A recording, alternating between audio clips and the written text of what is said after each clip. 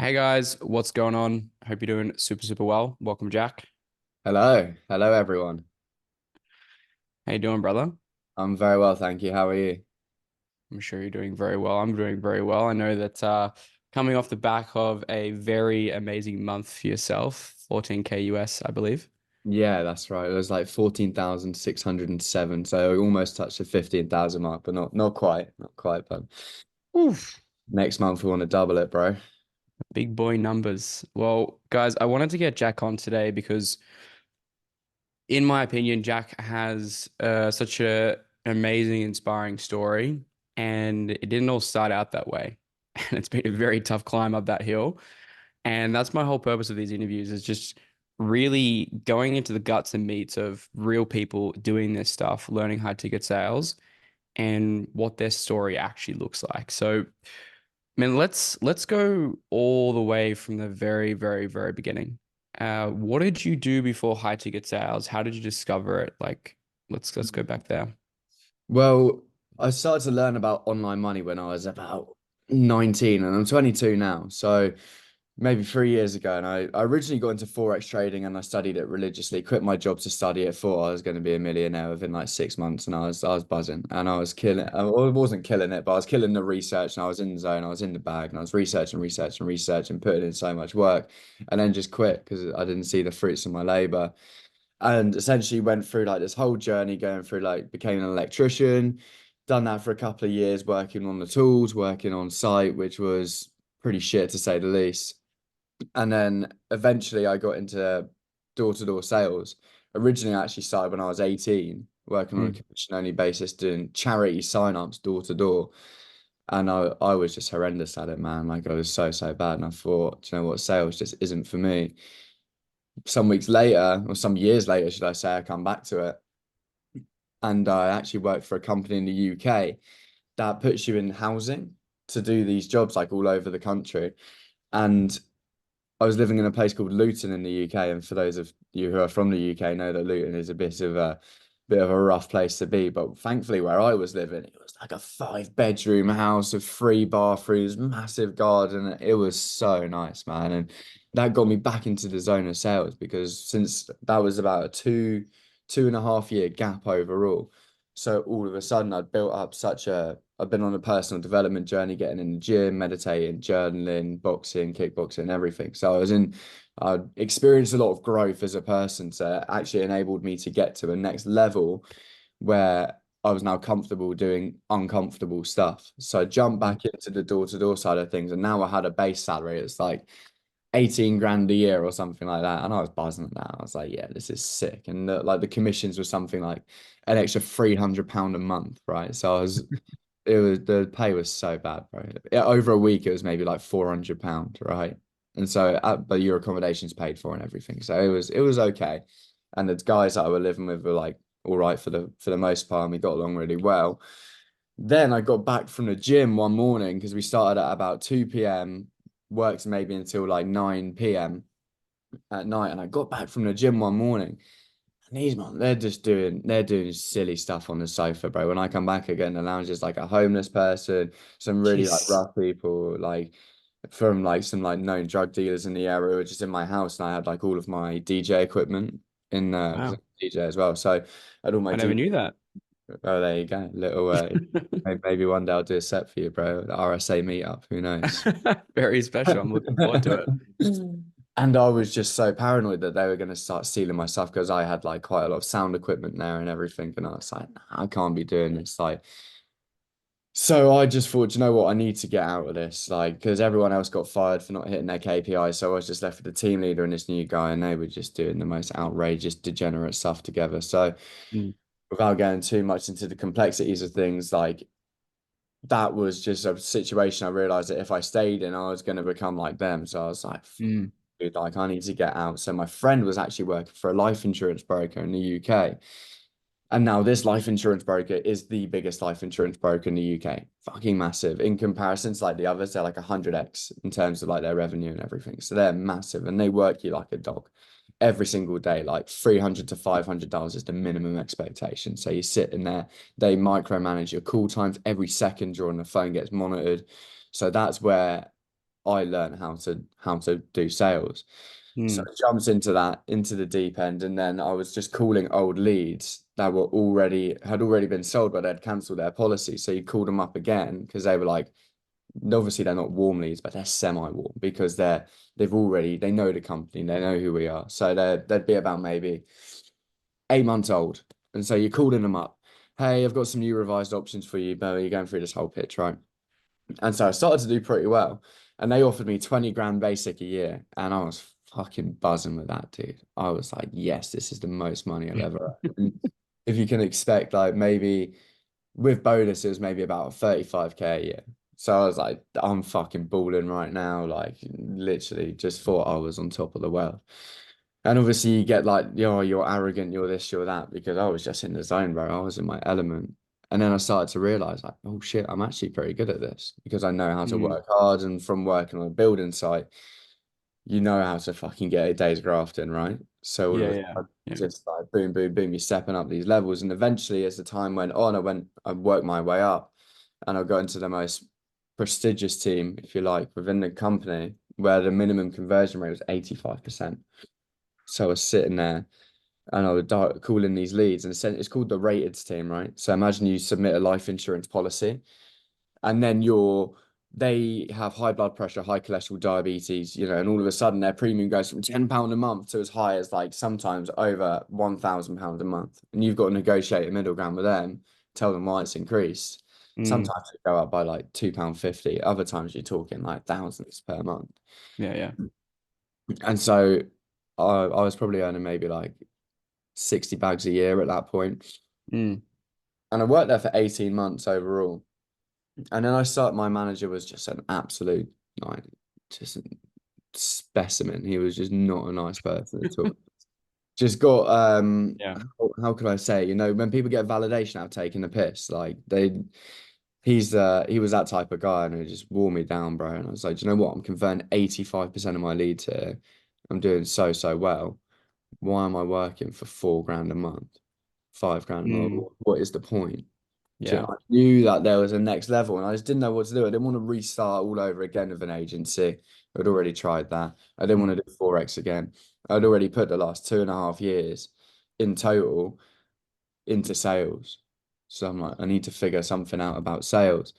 And then I was following Jack Hopkins on YouTube, the CEO of Testosterone, and I saw him talking about high ticket sales, and I was like, oh shit, this is what I can do. This is the next move. And then all of a sudden, one day it just clicked because I've been going through like a breakup with this girl that I was really into and everything. And she bent it off and left me in a kind of not left me, but left me in a state where I was like, I just don't know what to do. And when you're in that state, you're willing to take any risk, right? You're just like, fuck, Mm-hmm. ready for it. I'll do anything. 100%. Yeah. I'm ready to Yep. take the next level now. Like, fuck her. That's in the past. Now it's about me. So I was in the gym consistently pumping heavy weights, just like full of testosterone, ready to take the next move. And yeah, then I saw this high ticket thing, bought the 10K accelerator for like £500. Didn't even question it really. I was like, do you know what? This is the move. Sat at the train station waiting for my train. It was delayed by like 20 minutes. So I was like, this is a sign. I just need to do it. Just get it done. So I done it. Felt a bit of validation going into it, thinking, yeah, okay, I've done this now. This is the next step. Went through Yeah. the whole course. And the whole principle of it is sending 20 DMs a day for 10 days and you're going to land a sales role. So I did exactly that. And I Mm. didn't want to do it every day by any stretch of the means. It was like the most boring thing ever because I was just not getting any replies. So I started switching it up. I Yeah. started sending voice notes. I started sending videos. And I got the video saved on my phone. Bro, they are horrendous. They are so I was like, Yeah, we've all had those days, man, for sure. yeah, Yeah. bro, it was so, so bad. And I'm looking at them back feeling like ill, watching them, feeling sick. And like, but so I landed a role anyway, eventually with this guy Mm. who ran like a growth company, like a startup company, Yeah. coach growth. And I was like, yeah, this is it. 10K a month by next month. No problem. Products 4 grand if I sell three of those. Easy, easy. And then so I quit my job anyway. And this Yeah. I quit my 60 bags a year to a commission only basis. And I was like, yeah, this is it. and the lead flow was good. And then all of a sudden, well, because before I left my job, I was working 7 days a week. So I was doing Mm, the 5 days at the job, the 2 days in the weekend taking the closing calls, excuse me. And yeah, and then I quit my job, and then the lead flow died out, and I was like, oh damn, like this isn't what I thought it would be. I'm used to getting consistent leads every day at my 9 to 5, like 7 to 8 leads a day. yeah. Pushty, this is going to be sick. And then, yeah, no, the deep dive down, and I was like stuck in a wormhole. How important do you feel at that point where you like vetting and screening skills for the good offers is important?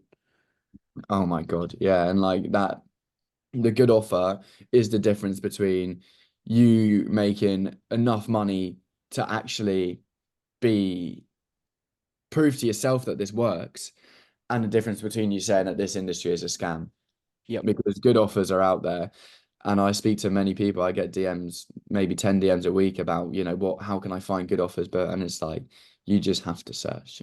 You just really have to search. And so then we were in a 10K accelerator call, actually in Mm, the exact same position where my laptop is right now. And I was like, dude, like this told you exactly what I just said, like run you through the problems. I said, I need some help with a networking group, because obviously this you put a lot of emphasis on networking for the right reasons.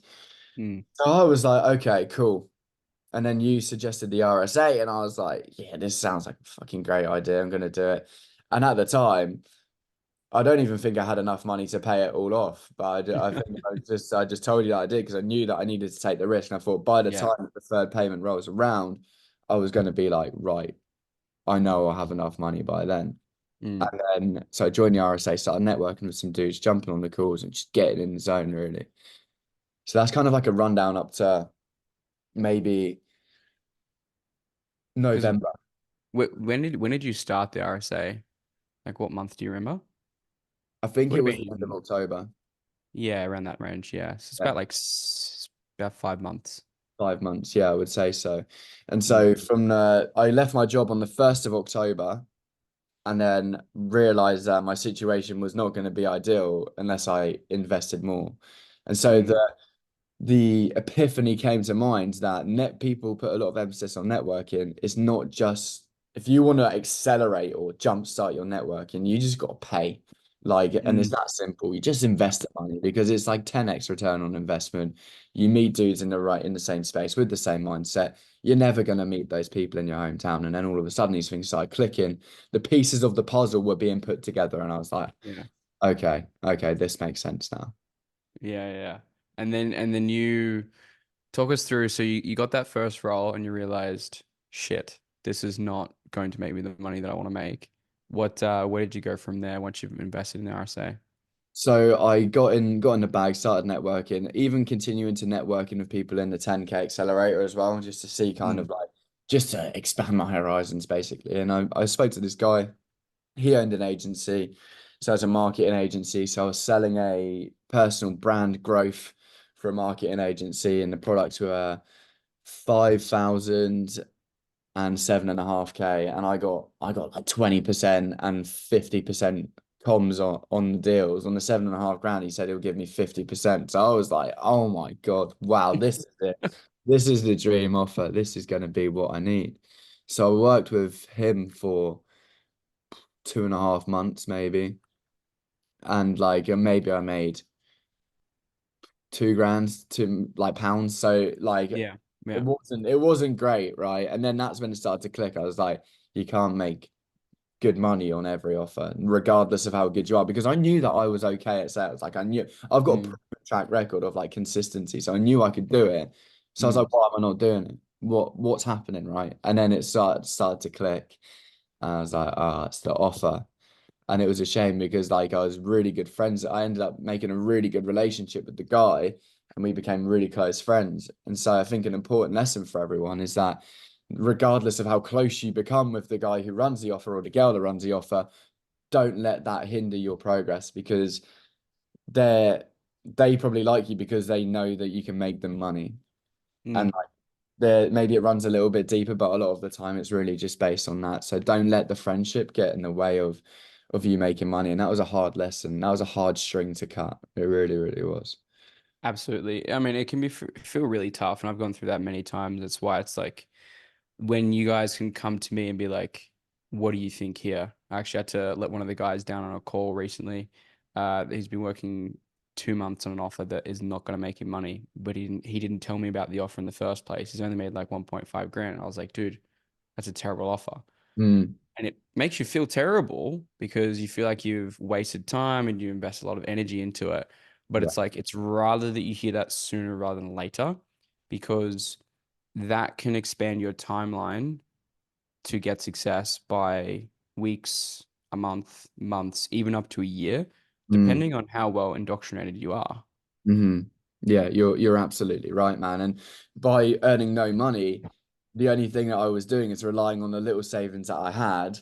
Maybe there was like 4 grand there altogether after I paid the first installment for the RSA. And I was thinking, okay, cool. Like, what? I don't want to operate on a budget because I try to operate out of abundance. So I'm like thinking, Mm. okay, well, I'm just going to spend, spend, spend because I know that the money will eventually come back. Mm. I got to a point where I was thinking, oh shit, like I'm spending, I really I'm not earning here. So Mm. I was thinking, oh damn, like I really need to get my stuff together. Yeah. And all of a sudden, it got to a position where my credit card's now maxed out. My savings are like down to £500. I'm now thinking, oh damn. And then I had a week straight of like consistent closes and like 2 grand in a week. And I was like, okay, I'm back on track now. And then Yeah. no money for the next month. And I was like, oh my God, like, but thankfully the 2 grand kind of saw me through the next month. And Mm. um and that was really where, and then by the end of December, I went to Mexico in December for 2 weeks. So by the end of December, I again had no money. So I was just spend, spend, spend, spend, spend. I didn't give a fuck, bro. I was just like beep, beep, beep, tap on the card, tap on the card.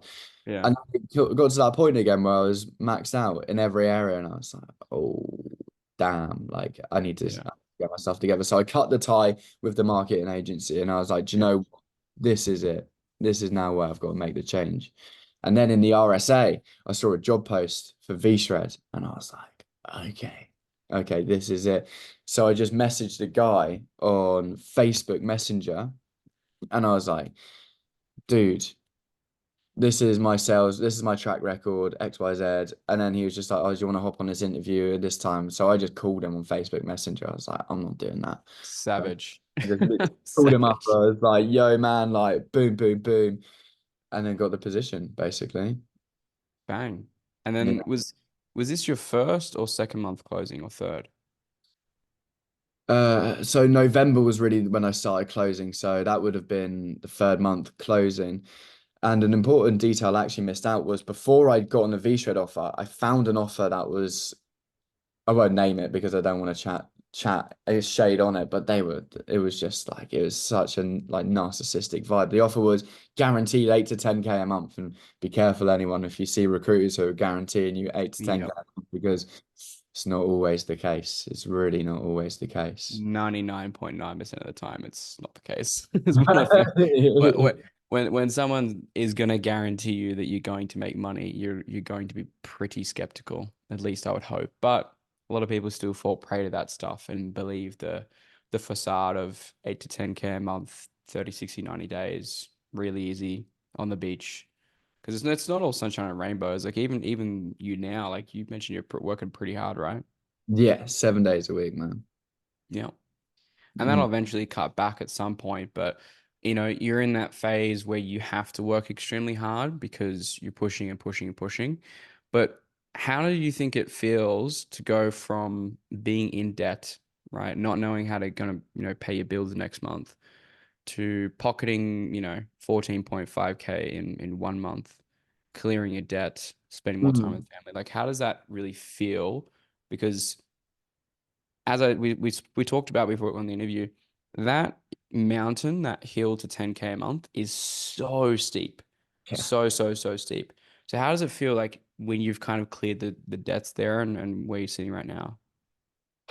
Man, like initially, it's a great buzz. You get there and you think, I knew I could get there.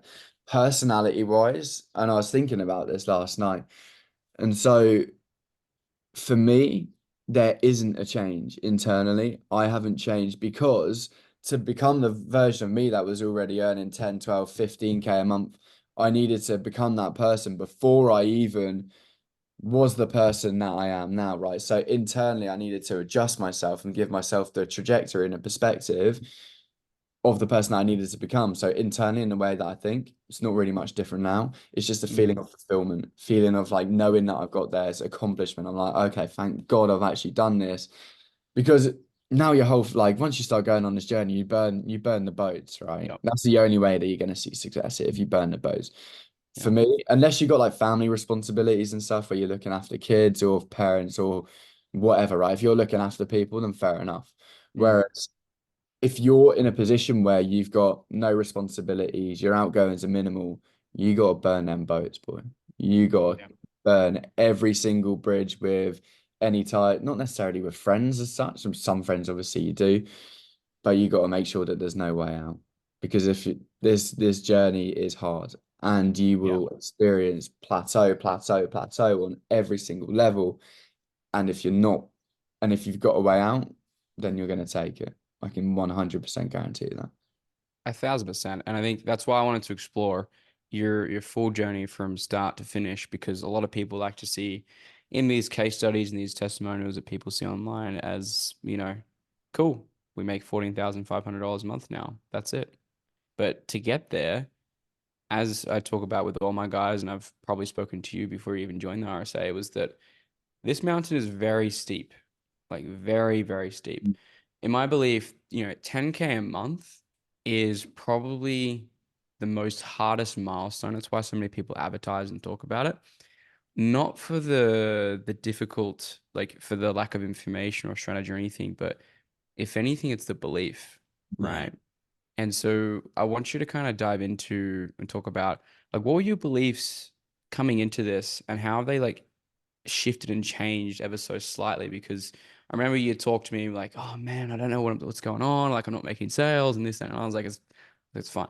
So don't worry about it. It's all good. I can tell you you're doing just fine." Like what do you feel like has been some of your biggest learnings as far as like beliefs on the journey? Wow, it's a long place to start. But to be honest, coming into this, I was thinking 10K a month. I came into this with a bit of an ego, I'm not gonna lie, Yep. because I knew that I was fucking good at what I was doing. So I came into this thinking 10K a month is I can just do the same actions, have that 9 to 5 mindset of like working 5 days a week, taking a few calls a day. Like it's advertised, 3 calls a day. You make one close a day over 5 days, you're making 10K a month. I was like, oh, mate, I can easily do that. That's going to be so like a piece of piss, right? Mm, And, and then that was the initial belief. And as my time kind of went on, I started to realize, okay, I'm going to need to work a little bit harder here because some days I was maybe putting in like a few hours of work where I wasn't taking sales calls or if the leads were low, yeah. then I wasn't able to take calls and I was just chilling really, like not watching TV or anything, but just watching, say, like productive procrastination. Yep. And then I started to realize, like, okay, to be able to get to this point, like, you do need to work harder. You do need to work in more volume. And so then I start, when you see things at certain points in your journey and things start to align, right? Like, do you feel that you see certain things at a certain time for a certain reason? Of course. Yeah. And so I started seeing these Alex Hemosi videos pop up, right? And the boy Alex. And I was like, and he starts to bang on about volume. And, Mm, to become the next version of yourself, you need to do so much volume that it's actually unfair for you to not to be in that position. So I was like, all right, cool. I need to get back in the game. yeah. Stop procrastinating, stop putting stuff aside, just do the work, just get it done. So I started just putting myself in a position where I'm helping people as much as possible.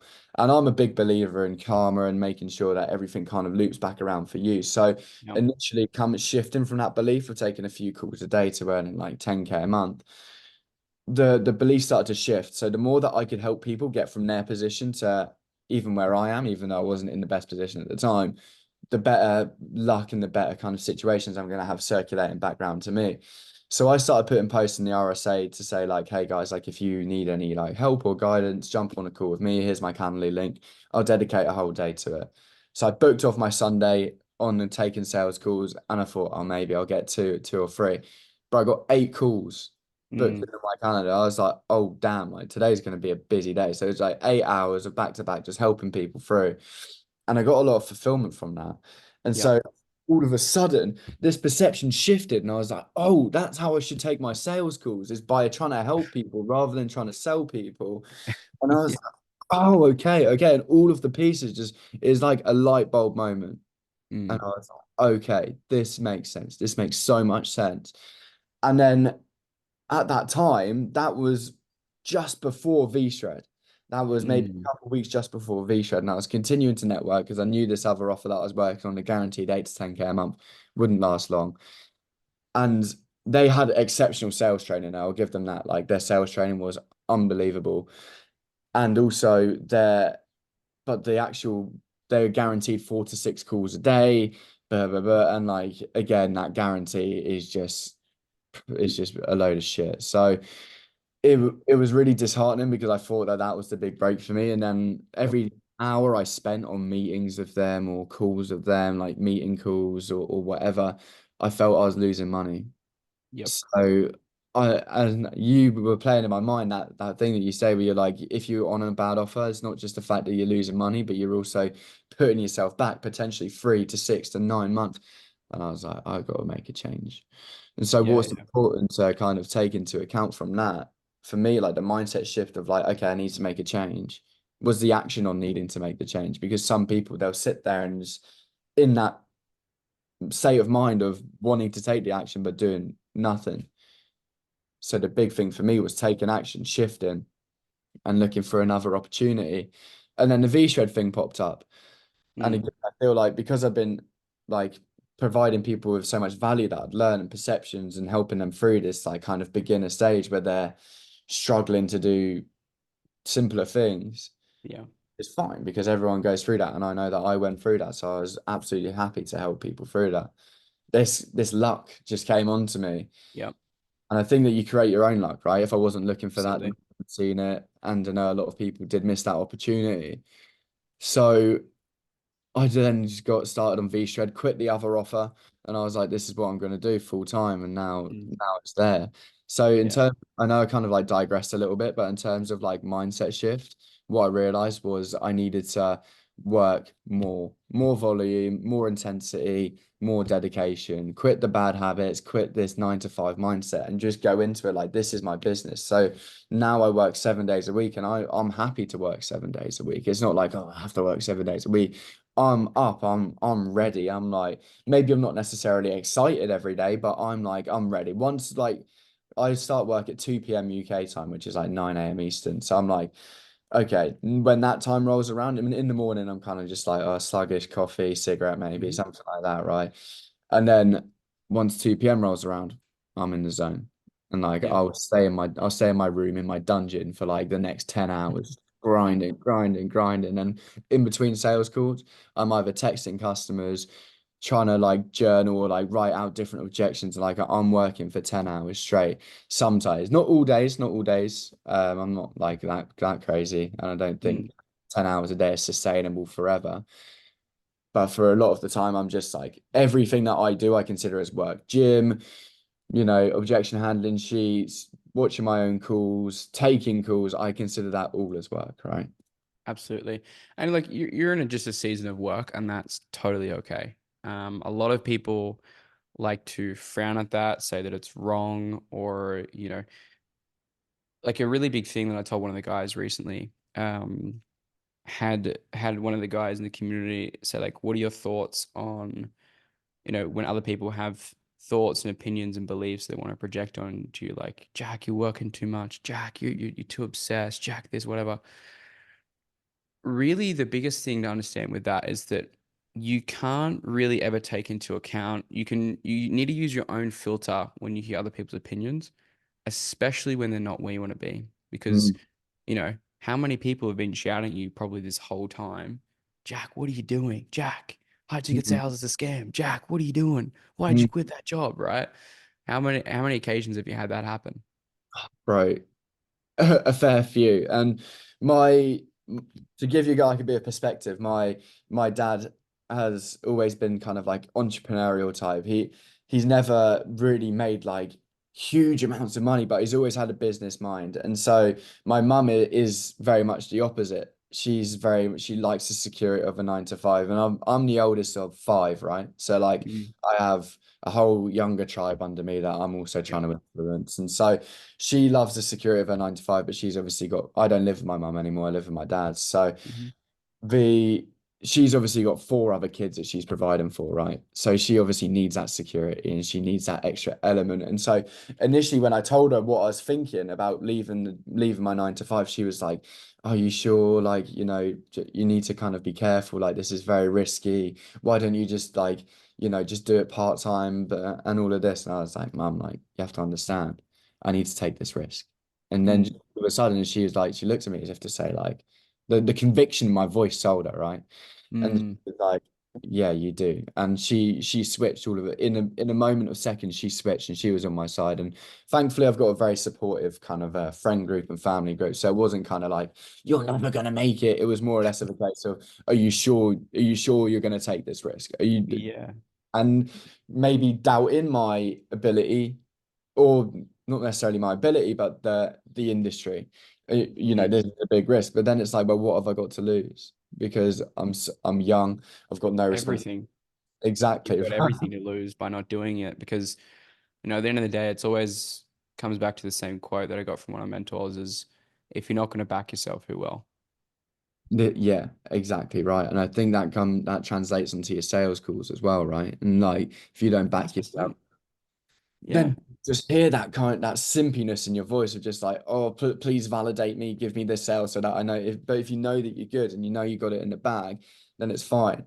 And like something else I wanted to touch on was like a mindset tip of when I actually Mm, achieved this in February, the 10K a month. I earned 6 grand in the first 2 weeks, and I was like, fucking flying. I was like, okay, until I found my style back. I got the swing yeah. back in the shoulders, got the flow back in the voice, and I was in the zone every day, like chilling, absolutely happy with where I was at.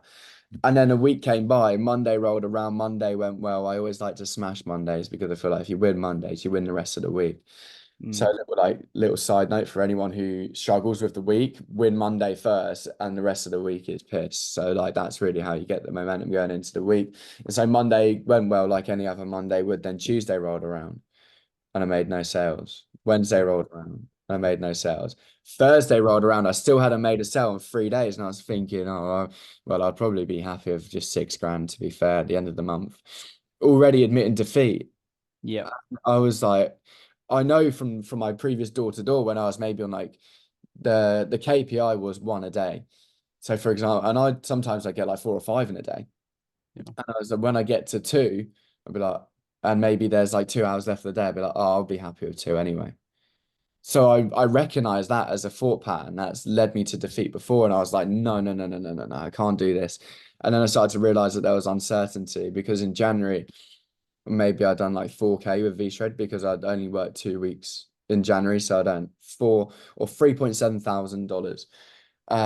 And throughout that was like a time period where I was thinking, okay, like I can use that to at least live for the next like few weeks. That's going to be fine. Paid off some of my debts and then found myself in a position where again, I had no money. Maybe money management is like a current theme throughout this. I'm not sure, Yeah, but no, no, absolutely, man. It's very common. I actually didn't realize this because I spoke to one of the guys in the community that I'm coaching one on one, and he's making 10, 12K a month pretty consistently. And he's like, Connor, I get all this money, but then at the end of the month, I don't know where it's all gone. And I'm like, what do you mean? Like, where is it all going? And it's like, well, it's just like goes here and goes there, and at the end of the month, I just have nothing. And for me, I never really understood that because I was pretty lucky growing up that, my parents have given me some pretty good financial literacy.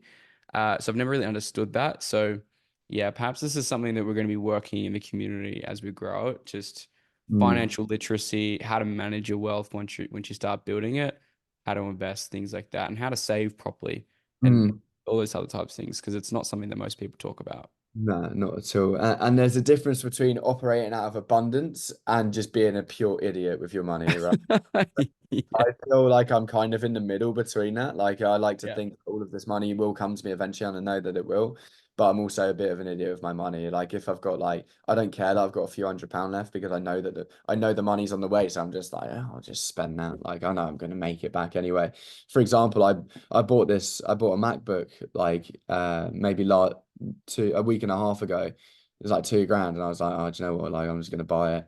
I've Yeah. already made back 2x of what I've made, of what I spent Yeah. on it, right? And so I'm Yeah. like, okay, like that's how like I believe abundance works, right? I mean, investing into your setup is going to be the good thing, but lucky for you, you don't even have to buy a new microphone because you actually won it in the community. I did, yeah, I was buzzing on So, that. for reference to obviously, if you're not inside the community, we ran a competition just the last month of person who posts the most wins that are tangible wins, like making money, getting jobs, interviews, things like that.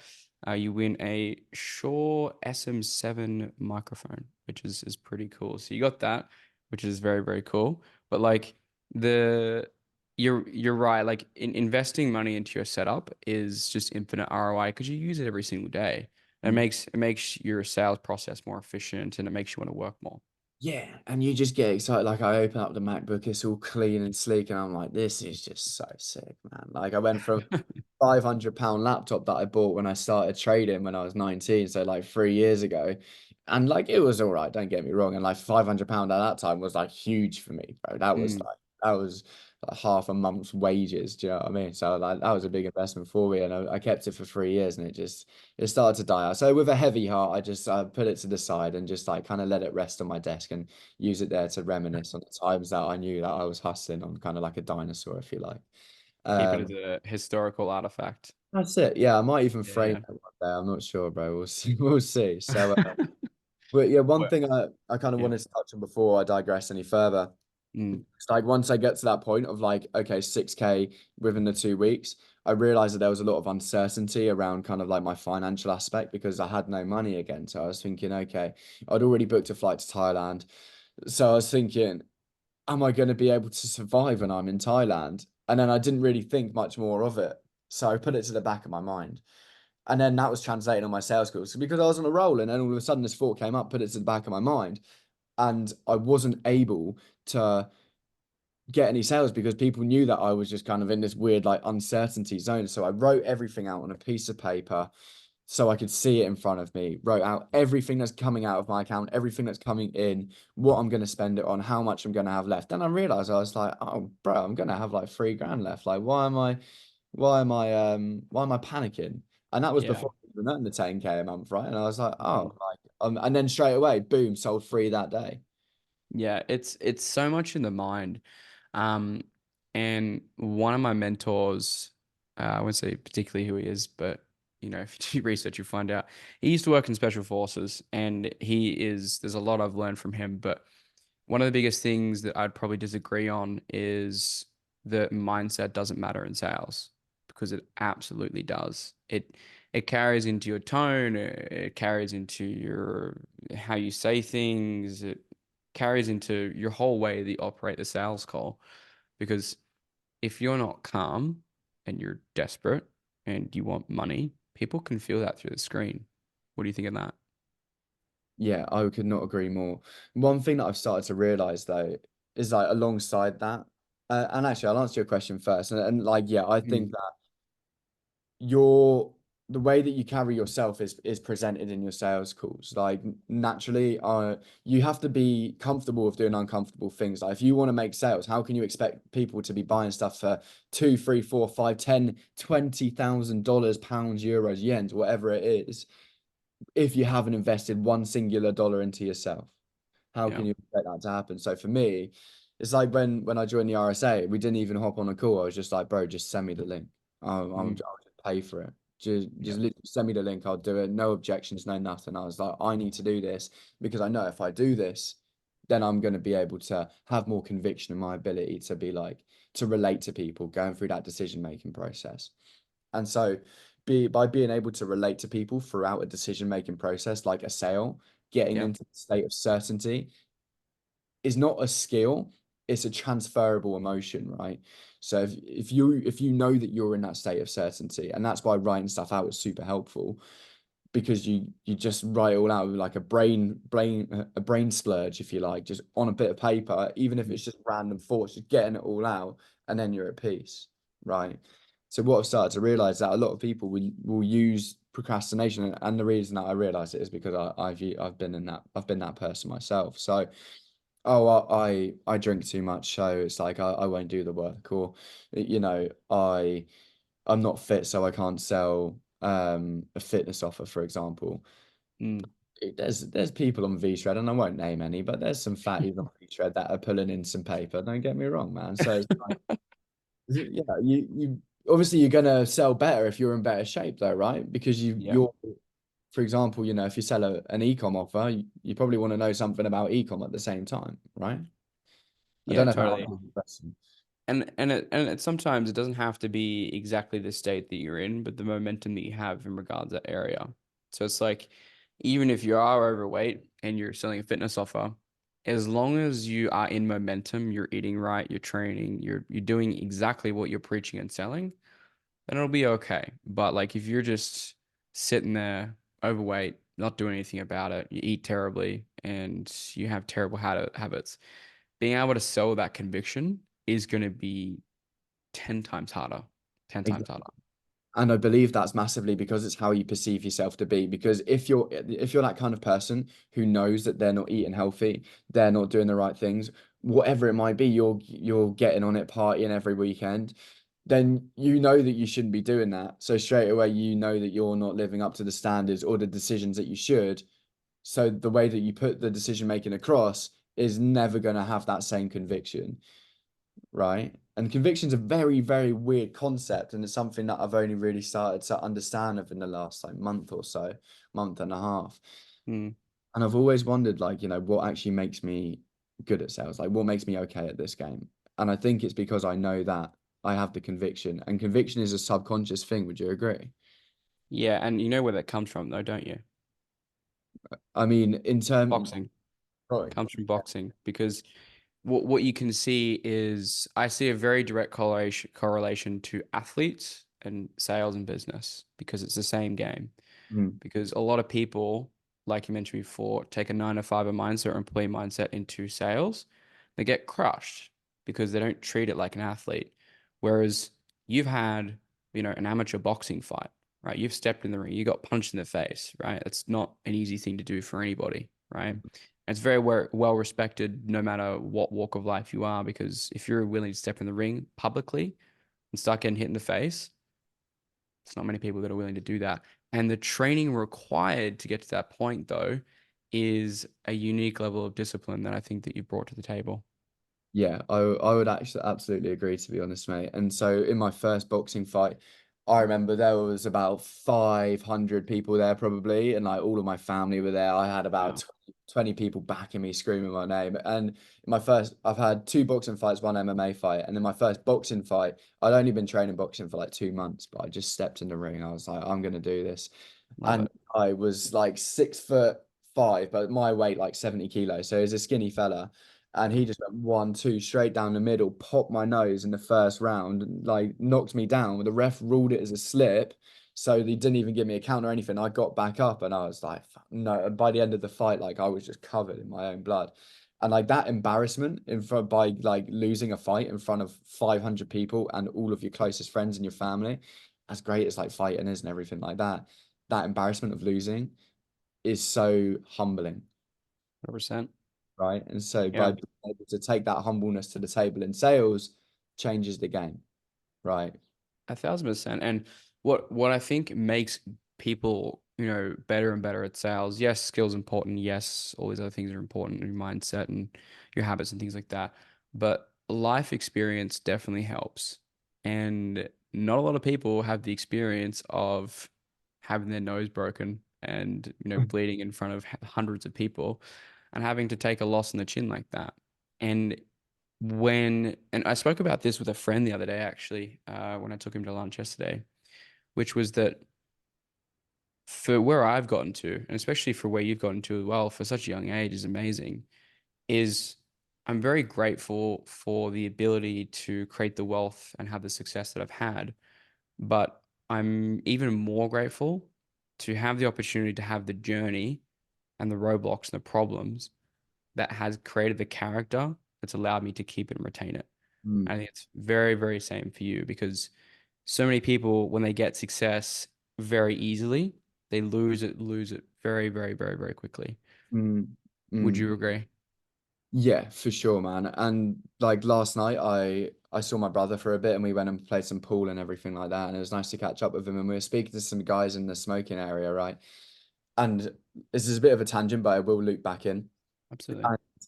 He was speaking to these guys and they're like, oh, I'm lazy, I can't do this, blah, blah, blah, and like I haven't done this because I'm lazy. And I was just thinking, like, that's because you tell yourself you're lazy, right? So it's how you tell yourself that you are. That relationship with the reflection is entirely, that will be dependent on how much success that you have. And you're absolutely right in what you're saying. I think that to be able to generate huge success is, it's not easy, but it can be done. And the destination can be fun, but the journey Mm, is actually the best bit. Once you get the money, I didn't really think that this would be the case, but once you get the money, and probably no one will ever like tell you this apart from like the actual genuine people in the industry, is that once you get there, it's kind of just like, well, what's the next goal? yep. If you're an ambitious person and you know, which you have to be in sales, what's the next goal? Okay, well, you can look at it as a monetary perspective. Well, once you get there, it's the same thing. Okay, well, I wanted to earn 5K a month. Well, I've done that. I wanted to earn 10K a month. I've done that. Now I want to earn 15K a month. Pretty much done that. Yep. Now, I'm thinking, okay, 20K a month. Well, when I get there, what's an extra $5,000 gonna do? And that sounds crazy even coming out of my mouth, to be honest. But like, what's an extra 5K even gonna do at that point? Because there isn't It much difference, right? it makes total sense, man. I definitely agree with what you're saying. The thing is that I've had to learn over the past year or so is that you never arrive because once you get at the top of that mountain that you're trying to climb, you're trying to get really aggressively through, there's always going to be another that you see beyond the first mountain. And then after that, you're going to see another one and another one and another one and another one and another one. And I spoke to, on a high level, spoke to a friend about this recently, who's, a multimillionaire at like 25. And he said the same thing that I'm saying to you, which is you just never arrive. Like it just never stops. Like you get there and it's like, well, you've got a million in the bank account, but what about it's a million AUD? Now you want to get a million USD or a million pounds, right?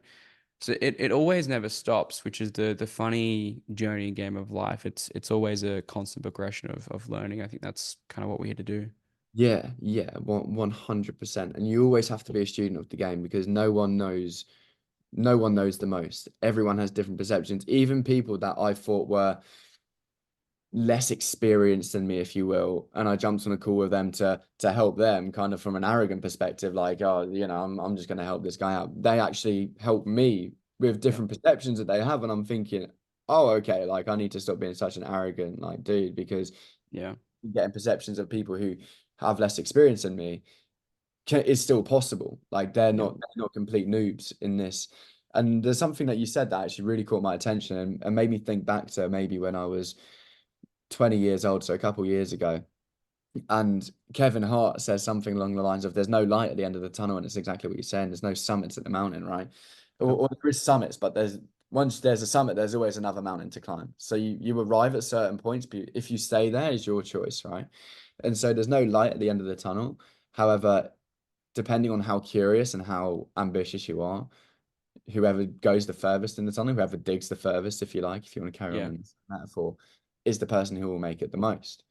Yeah. So I was hearing that at first, that was hard to hear because I always thought once you earn a certain amount, Yep. you'll be there, right? And I was Yeah. like, damn. Would you say that's the same for you?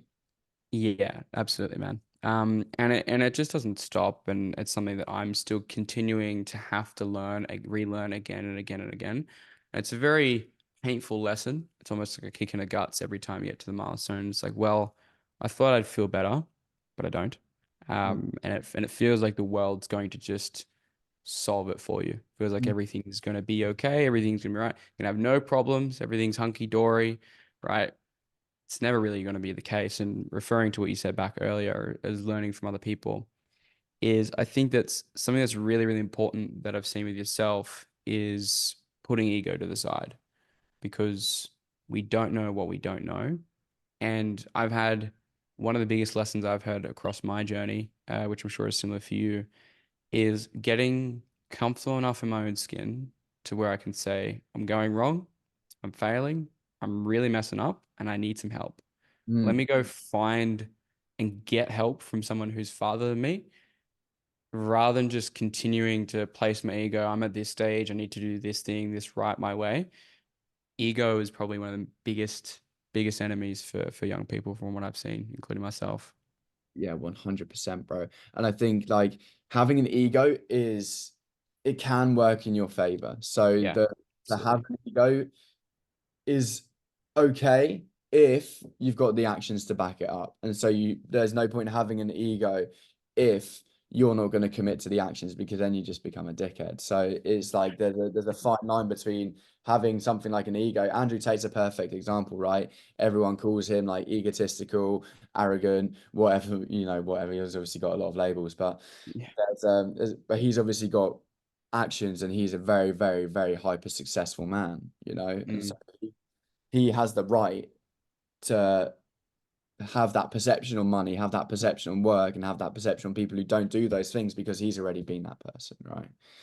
And so, absolutely. And I mean, if we take a sidestep, I'm very curious on what it's been like for you to go from selling in the industry that you'd sold previously to selling high ticket fitness coaching.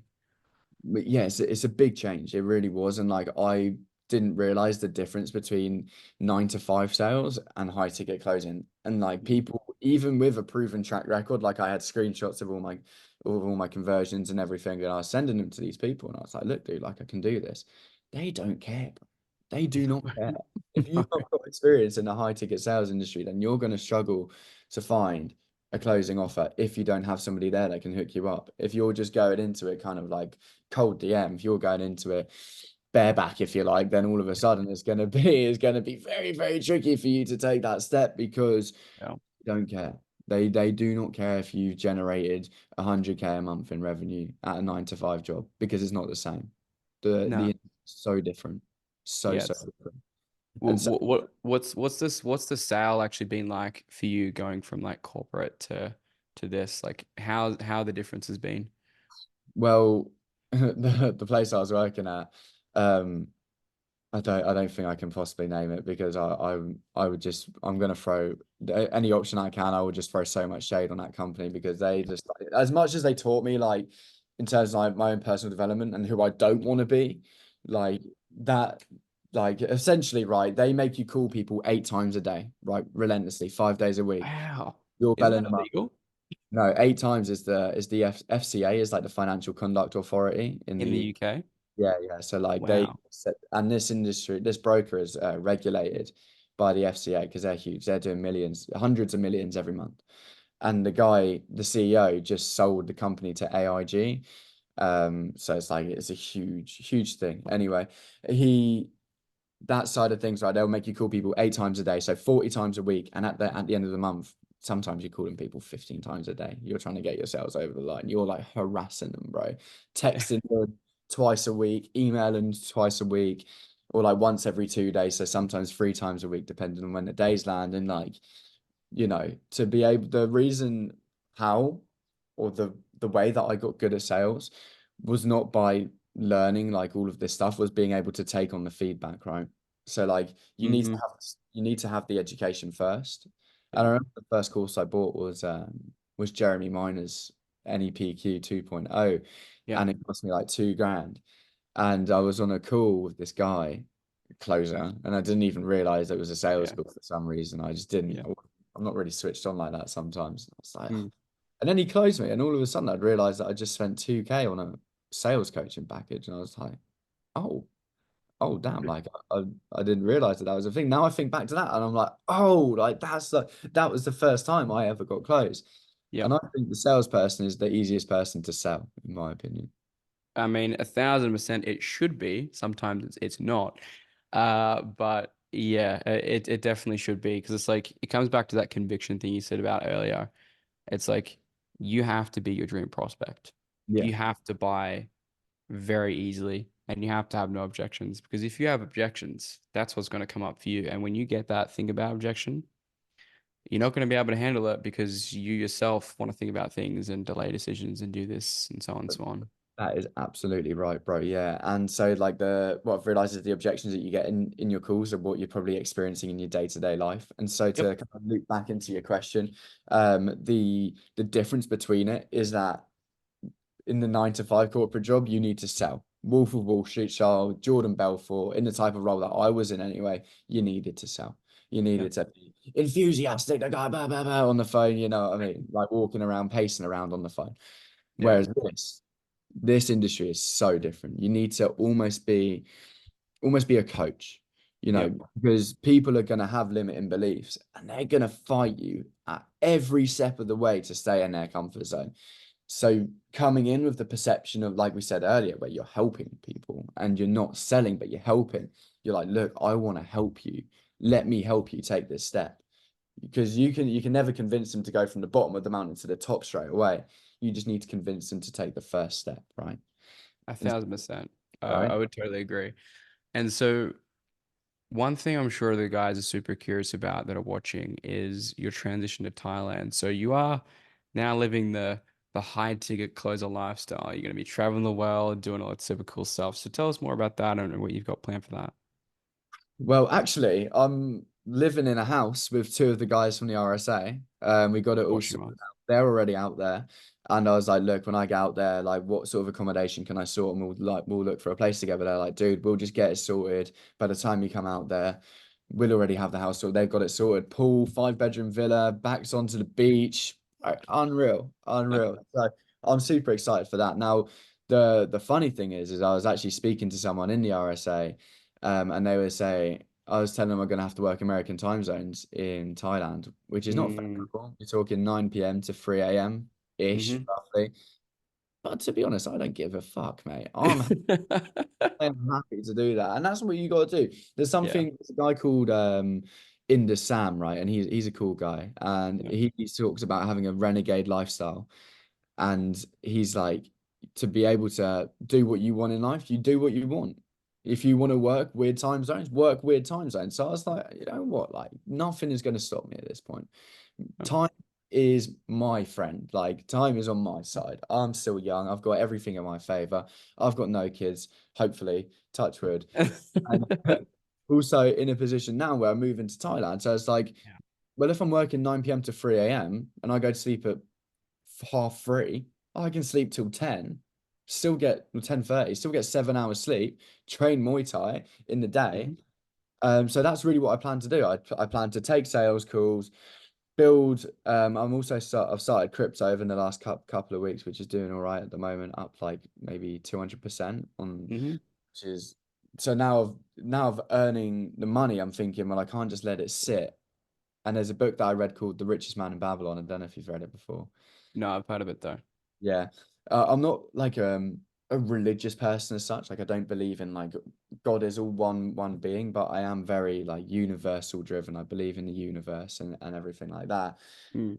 And really the point that it kind of relates to is the fact that if you can in Thailand is going to be a very spiritual place overall, right? Have you ever been? 100%. And it's what I've said to all the guys is, and what my mentor had shared with me, and I found ever since, you'll find that you'll make the most amount of money you've ever made traveling because I don't know what's in it, but it's inspiration, it's new experiences, it's new people, it's new events, and it is a very inspiring thing to do, especially when you're traveling the world, you're making money with you and your boys. Like it makes a huge difference.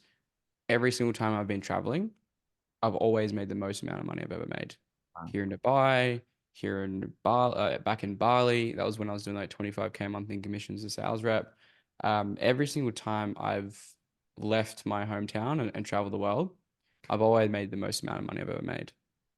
Yeah, 100%. And when I came back from Mexico, I was taking some calls in Mexico, like closing and stuff. And I was actually appointment setting at the time because it gave me like a little base salary. So I was like, I'll just do that for a bit.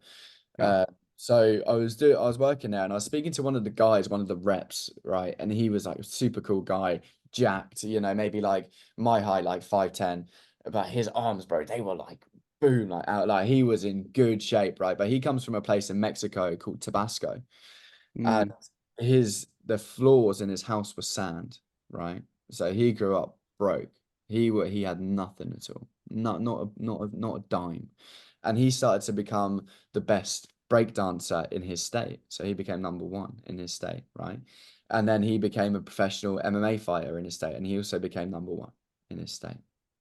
And so I was speaking to him, and something started to click in my mind, and this is exactly kind of like relating to what you're saying. Something just clicks when you're traveling, when you're abroad, because you hmm meet people with different perceptions. And what I realized is that you don't need to get good at something; you need to learn how to get good at stuff. And once you learn how to get good at stuff, then you can get good at anything that you want, as long as you're got the mindset in place. And that all actually stems from discipline. mm, And so yeah. what I realized, right, was that discipline is not going down the pub with your mates and not drinking alcohol. Because if you're in that environment, the likelihood is you're going to crack and you're going to drink alcohol. It's changing your environment. And there's a book Mm, that apparently is really good called Atomic Habits. I've never read it before, but I subscribed to James Clear's emails. And speaks about how to change your habits is all based on your environment. So if you can't change your environment, if you can't change your habits, change your environment. Stop going down the pub. Stop doing this. Stop doing that. Stop meeting around these people that make you do these habits and put mm. you in that position, right? And that's what you're gonna find is when you're living in an environment with other guys in a sales house, basically. It's all going to translate to each other. If you guys are training Muay Thai and you're doing everything like that, you're absolutely going to love it. Who are you living with over in Thailand? You and Julian. Julian and who? Stu. Do, Ah, yeah. gotcha. Yeah, Yeah, yeah. yeah, yeah. Cool. Yeah, I love that. Yeah, it's really cool. And I think that's one of the to kind of talk about the RSA for a little bit. That's one of the things that I really love about the community that we've built is Yeah. that you've got people that are actually cool, actually are interesting, are helpful, just like yourself, right? Getting on, 8 hours of calls with people, offering up your time. And what do you feel like your experience has been as like being a part of like the RSA community?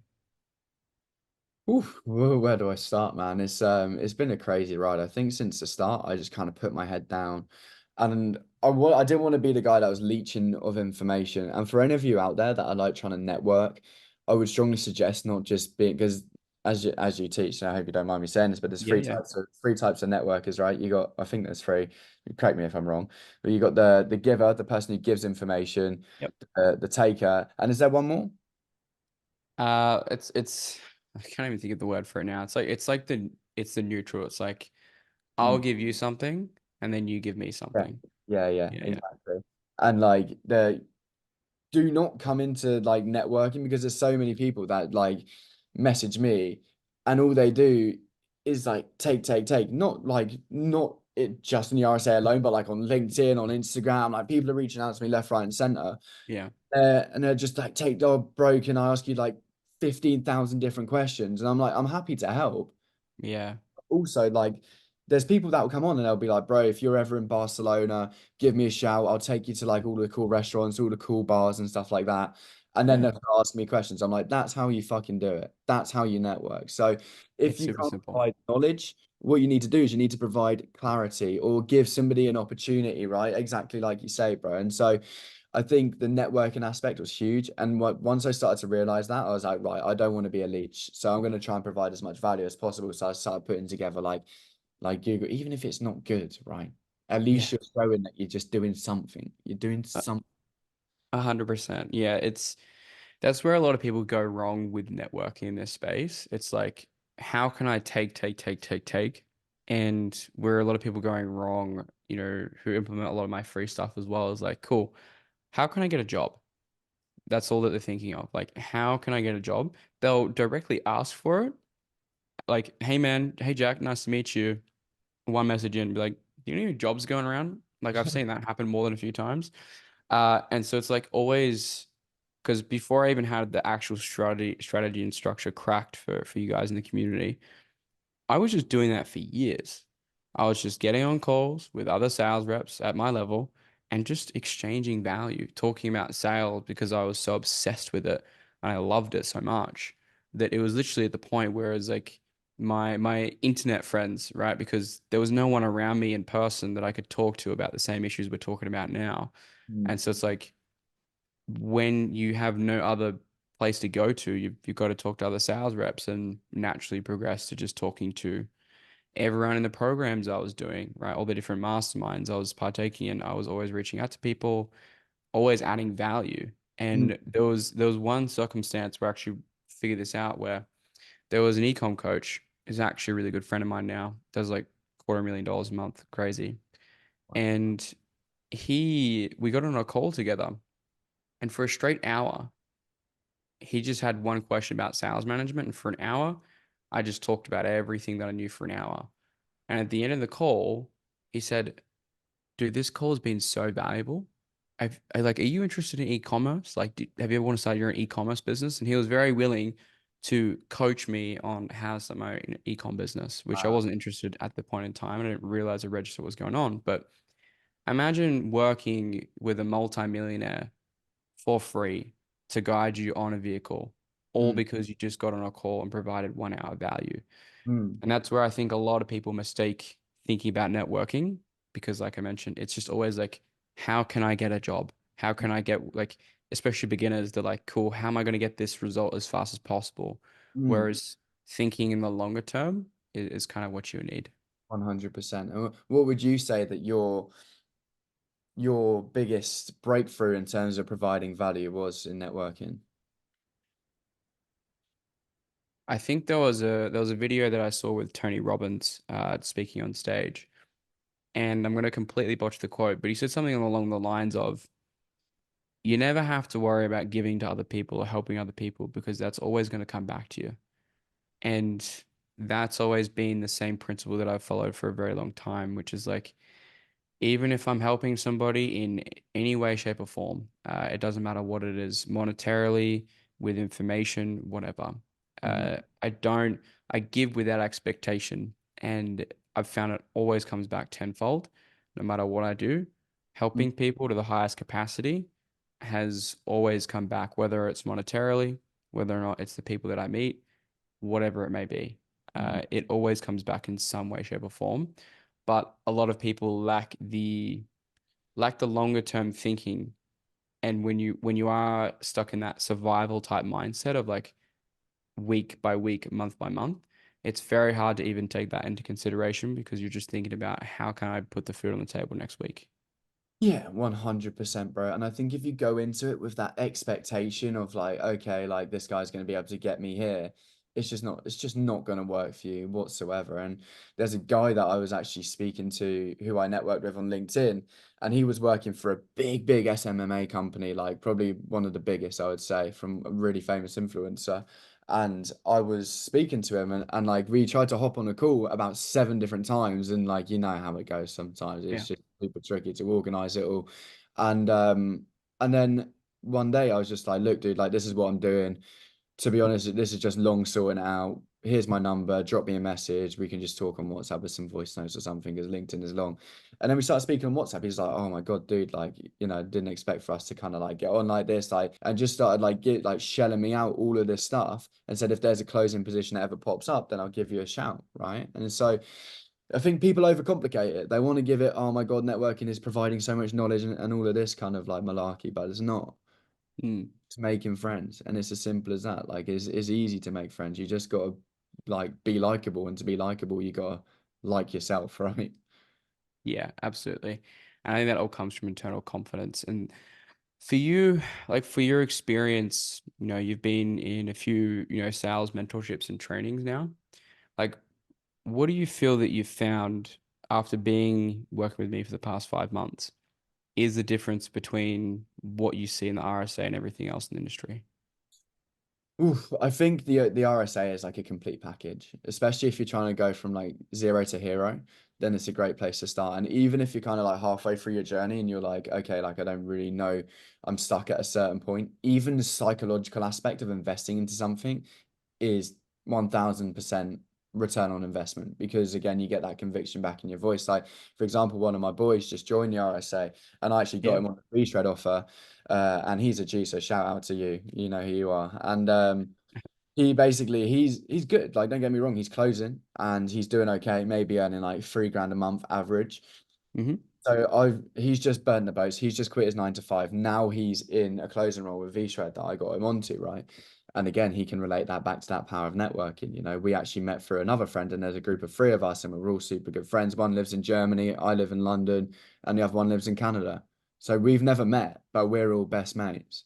And we Yeah. speak every week, and we spend maybe like we can spend up to 6 hours on a call sometimes on a Sunday, just chatting about life and perception and everything like that.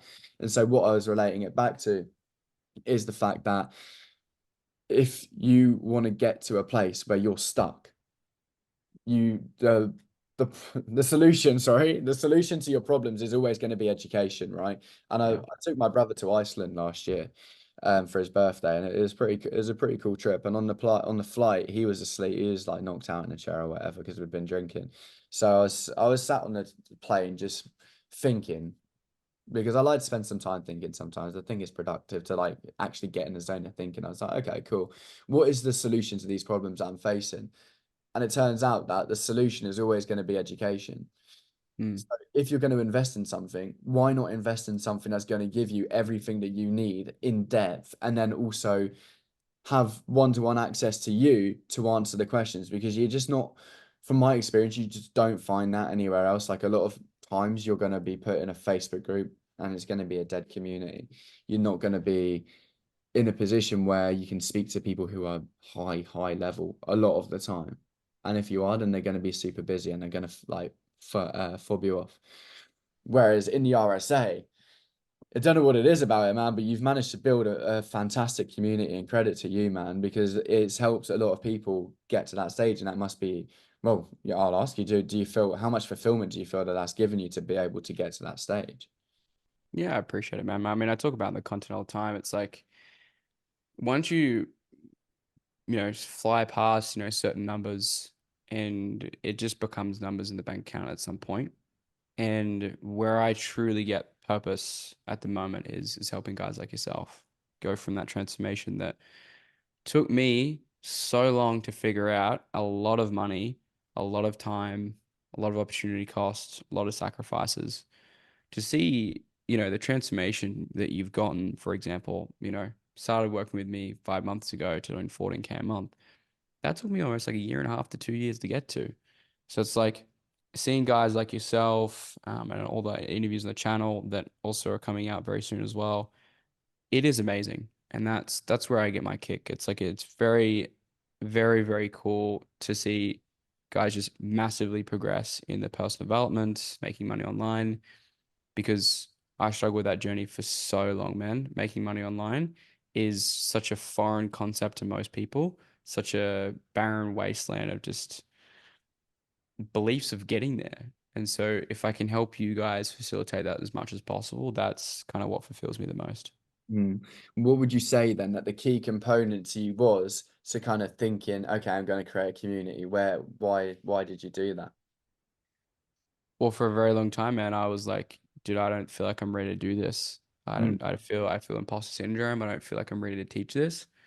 But after looking at, what's in the marketplace and the education that's accessible, I just felt like there was literally a need to do this. mm, There is, like I mentioned, I could have stopped a long time ago. Could have stopped at, 50,000 monthly income like that. That could have been high and fine. I could have just gone and travel the world and have so much fun and whatever.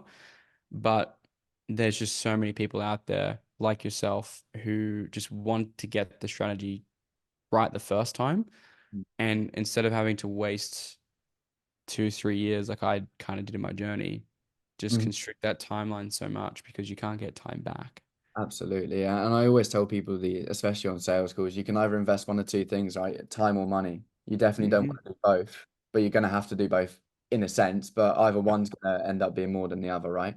So if you can either spend money using other people's time to make more money, or you can spend the time going through the pain of doing it all yourself. And so I know Alex Hormozy very much preaches this as well, in the sense that if you invest into your education, you're going to shortcut so many corners that you don't need to take.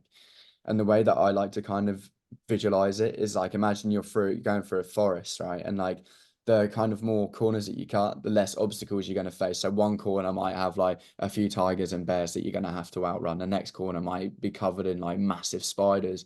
And so like these are all psychological bears, spiders, tigers, whatever it might be, and they will come for you. And if you let them catch you up, then you're going to fucking die, man. Yeah. So, psychologically, you're just, and dying is given up, right? And so I believe like massively from what you're saying, I think it just comes back to that point of like helping people, right? And like Mm. really helping them take that next trajectory in their life, and you get fulfillment from that. You really, really do. And I was speaking to I think they're called light healers in the UK. I don't know where you call them Mm. elsewhere in the world, but like they're speaking to like a very spiritual person. And I asked her, I said, like, I just don't know. This is before I was in high ticket. So I just don't know what my purpose is in life. Like I was questioning a lot. I was like, what's really like going on? I don't really like know what my purpose is. I don't know what direction to go. And she said that your purpose is to help other people. And so I was like, okay, well, how can I help other people? And she said, I can't answer that for you. I was like, "Motherfucker, like, don't Mm. just give me that and then just not tell me what to do, right? But Yeah. it's out like now, and exactly the same like you're doing, bro. Like you help people, Mm. but now it's at an even higher level where it's so great to have that there and to have that community. And so like for anyone that's even contemplating it, and I get maybe five like five messages a month, say, for example, of people who are either in like the 10K accelerator or just like other things that have seen me on your story and stuff. And they're like, should Mm. I join the RSA? I'm like, okay, well, why do you want to join the RSA? And I'm not going to like, well, what do you want me to say? Yeah. Because the Yeah. reason that you're asking is because you know that you should do it. So why are you searching for external validation? So I run them through like, okay, why do you want to do it? Why are you even here in the first place? Well, what happens if you don't do it? And Yeah. I'm like, well, you don't need me to answer your question, then, do you? Yeah. Right. And so Well. there's been a few people that I've kind of like just said, just do it. And I don't know if they have. I don't know. I haven't seen a few of them. Maybe I've seen one Mhm. or two. But I think a lot of people they're just scared to make that jump because they don't. I don't know why actually. What would you say to that person that's scared to jump? They're scared of the unknown. They're scared, and they also like don't. They think that they can. I think it's a combination of fear and arrogance. Like Mm. they don't believe that this is like they either don't believe in themselves, they don't believe in the program, they don't believe in my words that I'm saying, or they don't believe in themselves, right? And like a lot of the time, it's the fact that they don't believe in themselves. So there's a big difference between kind of like as we said earlier, like confidence and arrogance. And I think being confident would allow you to make that decision. Being ignorant and being arrogant will lead you to kind of feel like you can do it on your own, which you will be able to do. But again, it's time or money, right? Yeah. So if you want to sit there wasting the next, well, not wasting, but invest in the next 12 months of your time into something that you could do in 4 months, then do it. But you've just wasted, you could have had 8 months back of enjoying 15, 20, 25K a month. And then you can be able to compound that, put it into things like, investments, crypto, whatever it is, or, start your own fucking coaching program, for example. All of a sudden you can compound that. But now you're 8 months delayed, and all of a sudden you're like, oh shit. Like, and it could even take longer. Like you said, for you, it took a lot longer, right? Like 18 Yeah. months. It can take a long time. So without the guidance and support there, you're gonna find yourself in uncharted waters very, very quickly, I think. Absolutely. And there's an analogy that I always use about like spending time versus money, where it's like if you were to imagine that you had basically been given all the money that you'd earned in your entire life in a bank account, but you couldn't see the balance, how would you spend it? Pretty carefully, right? Because you have no idea what that amount is and when it's going to empty and when you are going to be homeless and on the street. It's the same thing with time. We spend time in the way that we don't act like it's precious. We don't act like it's a scarce resource. We act like it's infinite. We act like we're going to live forever, but it's just never really the case. And you never know. Mm, Tomorrow could get hit by a bus, right? It's all about what we do in the today and now that counts and matters rather than waiting on things because time is not infinite, but money can be. mm. Yeah, 100%. And that's a great reframe, a great perception shift. I think a lot of the time it's and what's actually funny is the reframes in the RSA, they're super good, right? And like I studied them religiously for like weeks and weeks and weeks. And I was speaking to the guy, the marketing offer that I was working on, and I was like, I don't know whether I'm ready to post content yet.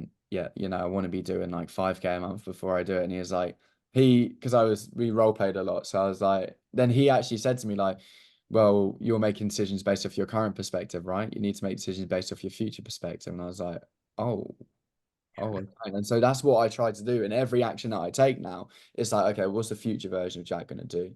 What's he going to do? And now I'm at that point where I've become the future version of myself a lot quicker than I actually thought that I would be.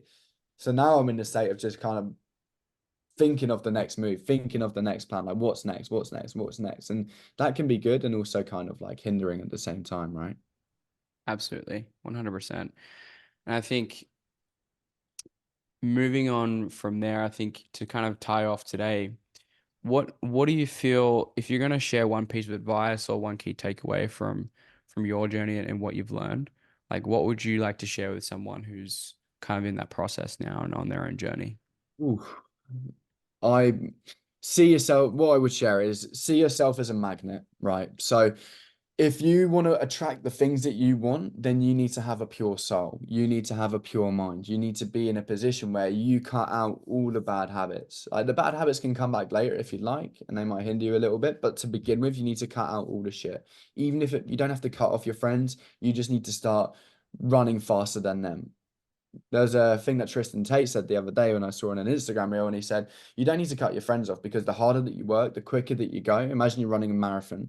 You're going to leave them behind and you're going to catch up with the people that are running at the same speed as you. Yeah, Same exact thing. You need to just start running, start fucking sprinting, and just start getting the pace that you need to do, getting the experience under your belt, getting the rounds under your belt, start training harder. Just do everything that you know you need to do because we all know what we need to do. It's just a case of doing it.